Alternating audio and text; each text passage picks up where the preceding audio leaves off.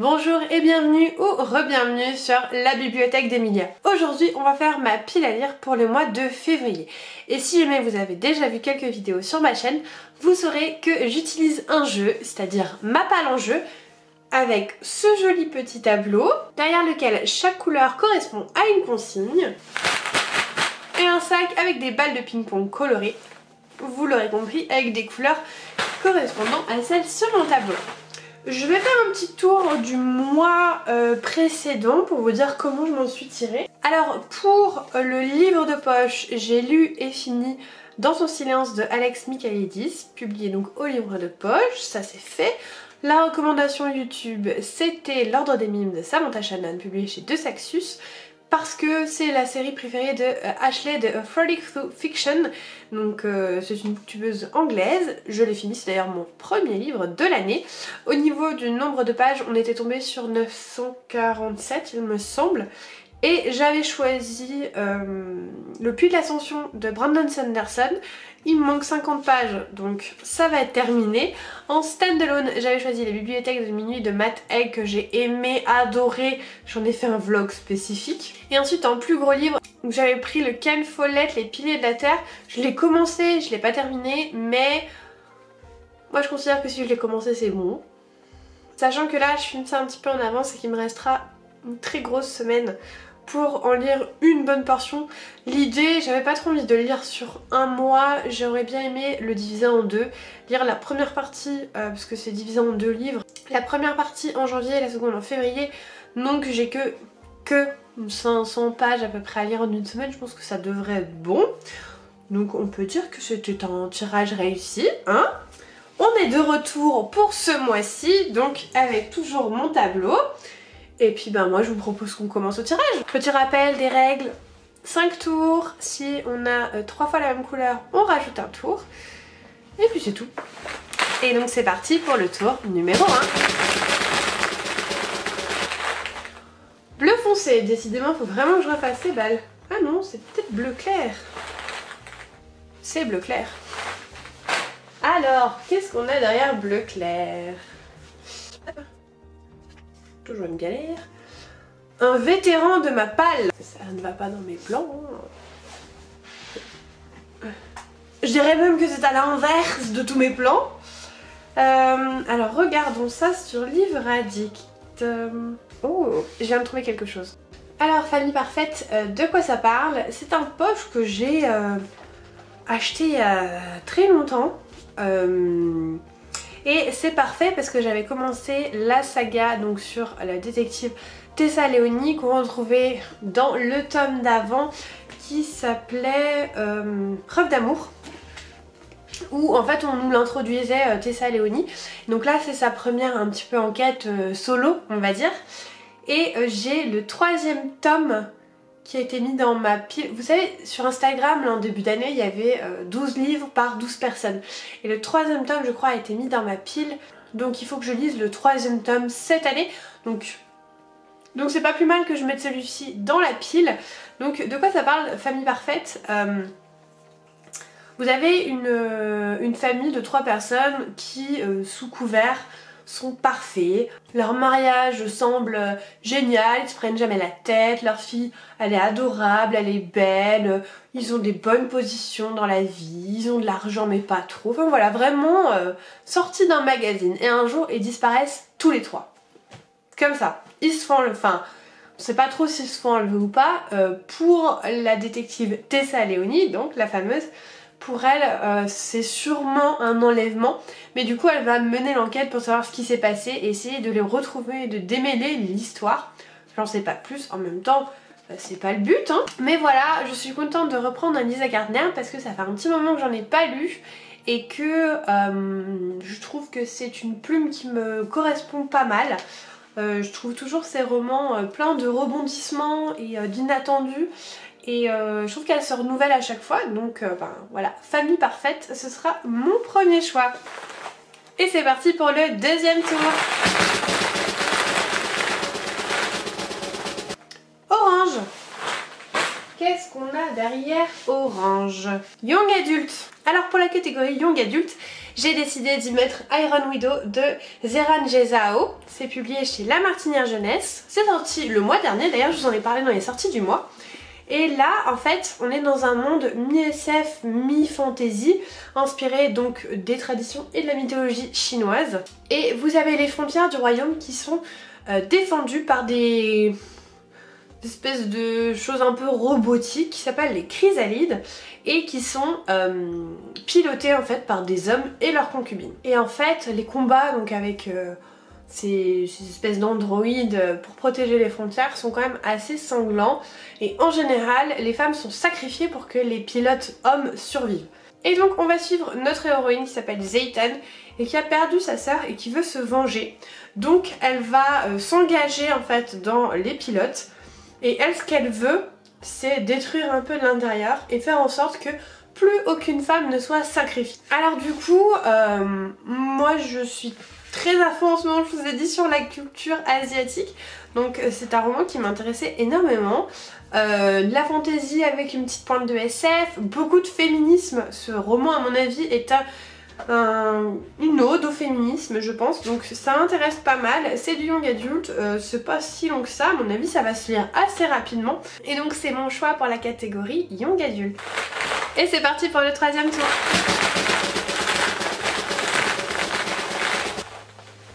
Vert foncé. Qu'est-ce qu'on a derrière vert foncé? Disney. Ok. Alors du coup mon choix va porter sur Maîtresse de tous les mots de Serena Volantino et c'est publié chez Hachette. Il s'agit de la saga Les Vilains. Donc toute l'histoire mais du point de vue des méchants. J'ai déjà lu les 3 premiers parce que vous avez en fait un fil rouge conducteur avec 3 affreuses méchantes sœurs qui sont un petit peu les marionnettistes de toute cette histoire et qui façonnent un petit peu les vilains et qui les poussent à être méchants. Donc j'ai déjà lu le point de vue donc, de la belle-mère de Blanche-Neige, de la Bête, d'Ursula et la suite dans cette saga donc c'est Maléfique avec Maîtresse de tous les mots. Donc on va suivre l'histoire de la Belle au bois dormant mais du point de vue de Maléfique. Là encore, il y a peut-être un petit truc qui se profile au niveau des vilains et des méchants. Vous verrez. Mais en tout cas, c'est mon choix pour le choix Disney. Et c'est parti pour le 4e tour. C'est quoi déjà cette couleur? Bordeaux? Oui, il me semble que c'est Bordeaux ou c'est violet? C'est violet. Je me rappelle plus de mes propres couleurs, ça craint. Alors, violet, qu'est-ce qu'on a derrière violet? Une recommandation Instagram. Ouh, c'est intéressant ça. Et je vais mettre sur Instagram et je vais scroller. Et le premier livre que j'ai dans ma pile à lire, que je n'ai pas lu, je vais... en plus, comme par hasard au début, il y a de la bouffe. Ah, j'ai pas. J'ai pas. C'est pratique. J'ai lu. Oh, bah oui, bah voilà. C'est pas allé très loin. Enfin, si, c'est quand même allé un petit peu loin. Je vais vous expliquer. Alors le livre que vous avez vu c'est Year of the Reaper de Makia Lucier. Donc c'est un livre Fairyloot, c'est un livre en VO et ça tombe bien parce que ça va être la lecture du club Readtelling fondé par Les Affaires de Louise et Fleur de Sureau sur donc le book club sur les box littéraires anglaises. Donc on est entre nous des françaises hein, mais on lit en anglais. Et du coup ça c'est le livre Fairyloot qu'on va lire en février. Donc tant mieux, je peux le caser là comme ça. De quoi ça parle? Alors on va suivre une espèce de lord voilà qui a été envoyé en mission il y a 3 ans. Et il a été emprisonné et depuis il y a eu une espèce de pandémie, une sorte de peste en fait qui a un peu décimé le royaume. Et après avoir été emprisonné pendant plusieurs années, il s'est rendu compte que le palais est un petit peu devenu un refuge pour tous les lords et le roi, la reine, ils sont tous comme ça là dans leur coin. Et il y a un assassin qui va venir essayer de buter tous ceux qui sont proches de la reine. Du coup il va s'allier avec une historienne pour essayer de trouver qui essaye de tuer toutes les personnes dans le palais. Sauf que les deux vont se rendre compte que la vraie question c'est pas qui mais pourquoi. Parce qu'apparemment il y a je pense un secret et puis peut-être sûrement la clé de cette peste en fait un petit peu je pense. Voilà, comme toujours avec Fairyloot, ce sont des objets livres absolument incroyables, si beaux. Voilà, avec vous avez ça, vous avez la dust jacket réversible, vous avez des dorures, des foilures, vous avez les spray pages, enfin voilà, ce sont de beaux objets livres et ce sera donc mon choix pour recommandation Insta parce que c'est le premier livre sur lequel je suis tombée qui était dans ma pile à lire et que je n'avais pas lu. Et enfin c'est parti pour le dernier tour.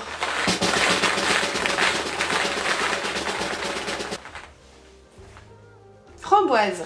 Alors qu'est-ce qu'on a derrière Framboise?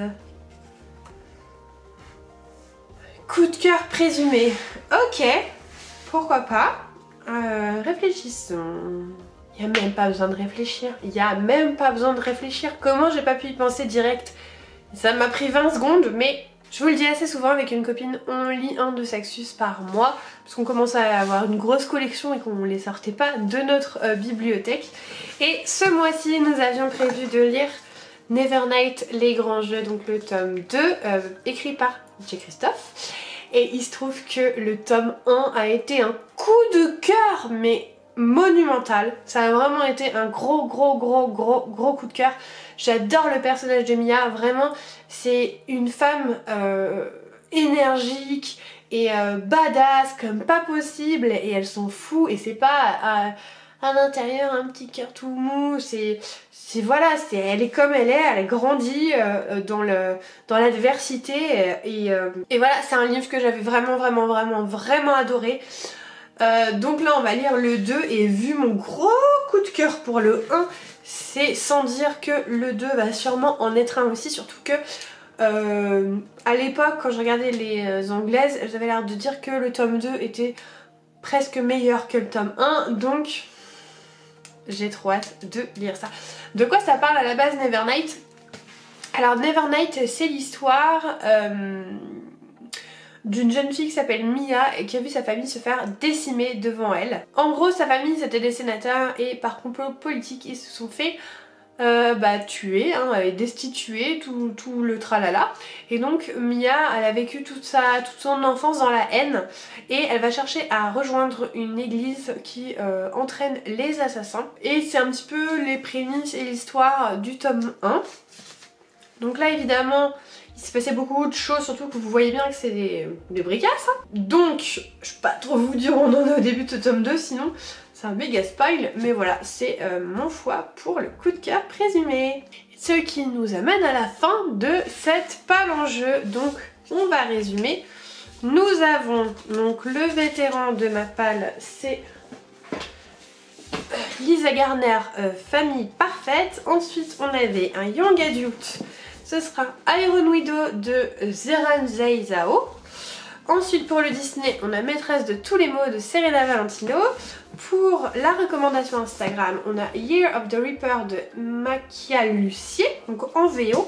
Et pour le coup de cœur présumé, nous avons Les Grands Jeux, le tome 2 de Nevernight de J. Christophe. Ça fait beaucoup de fantaisie, hein, beaucoup de fantaisie, mais j'ai... c'est lourd, hein. Voilà, ce sera ma pile à lire obligatoire, on va dire, pour ce mois de février. Mais j'ai un petit truc qui arrive et vous verrez qu'il n'y aura pas que de la fantaisie, il y aura aussi peut-être un petit peu de romance. Voilà, j'en dis pas plus. Mais je vais essayer aussi de rajouter un petit thriller dans l'eau parce que là j'en ai qu'un. Mais je verrai ça à la bibliothèque ou avec les sorties du mois. Donc voilà, n'hésitez pas à me dire ce que vous auriez mis ou vous allez mettre dans les catégories. Donc je rappelle, on a un vétéran de la palle, donc un des livres les plus vieux de votre palle. Ensuite on a un young adult, que ce soit fantasy ou pas, on s'en fout. Ensuite vous avez un Disney, si jamais vous n'aimez pas de livres Disney, parce que ça peut arriver. Je pense que, mais que si vous n'en avez pas, on peut étendre à une réécriture de conte. Mais que si vous n'avez pas de Disney, attention. Pour ce qui est de la recommandation Insta, je vous rappelle, il faut se mettre sur Instagram et scroller jusqu'à ce que vous trouviez un livre qui est dans votre pile à lire. Et enfin, le coup de cœur présumé, c'est un livre que vous êtes sûr d'adorer avant même de l'avoir lu. Peut-être une relecture d'ailleurs. Oui, une relecture ça compte. Enfin voilà, en tout cas j'espère que ça vous a plu. On se retrouve le mois prochain pour de nouvelles aventures avec ma palle en jeu. En attendant, je vous souhaite de très belles lectures et comme d'habitude, je vous fais des bisous!